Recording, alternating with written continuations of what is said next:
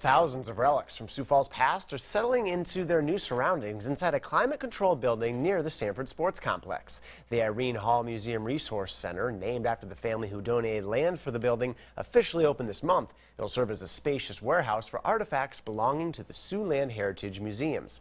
Perry Groten has your first look inside history's new home in tonight's Eye on KELOLAND.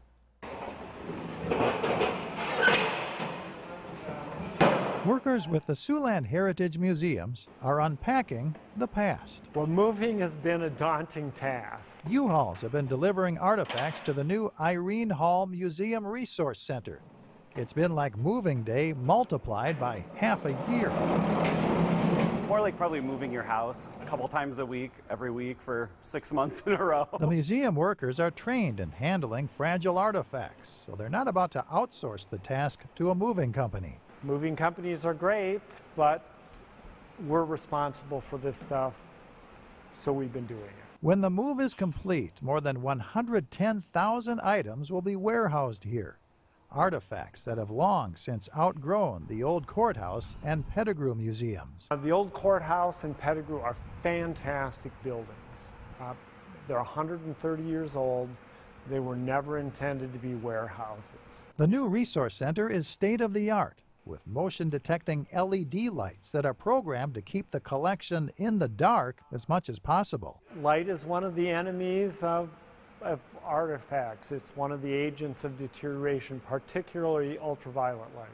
This large storage area is historic in its own right because it marks the first time these thousands of objects, from old TVs to telephones to carriages to weapons, have all been kept under one roof. We've kind of brought things together that were stored all over different buildings, kind of for the first time to evaluate what we have. This is the big storage area.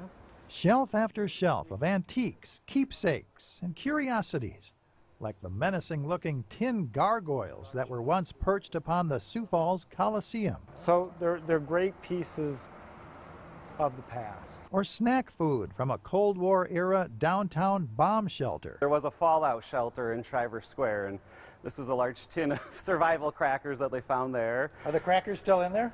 There's something in there. We haven't opened it up, but it's still full, so I think the crackers are still in there.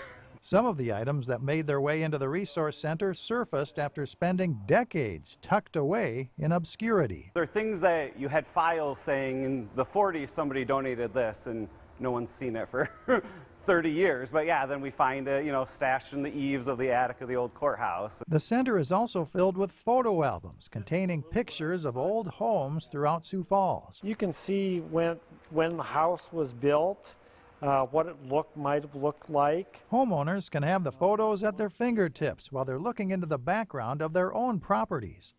The Resource Center features an area set aside for the public to do their own research. Amateur historians can enjoy the modern conveniences of a brand new building as they step back in time. With Eye on KELOLAND, I'm Perry Groten. The cost of the $3.4 million resource center was split between the city of Sioux Falls, Minnehaha County, and private donations. The public research area is open Tuesday through Friday afternoons and by appointment. The main storage area is off limits to the public for now, but the resource center plans to periodically open it to visitors in the future. You can check out the online collections database by going to this story at KELOLAND.com.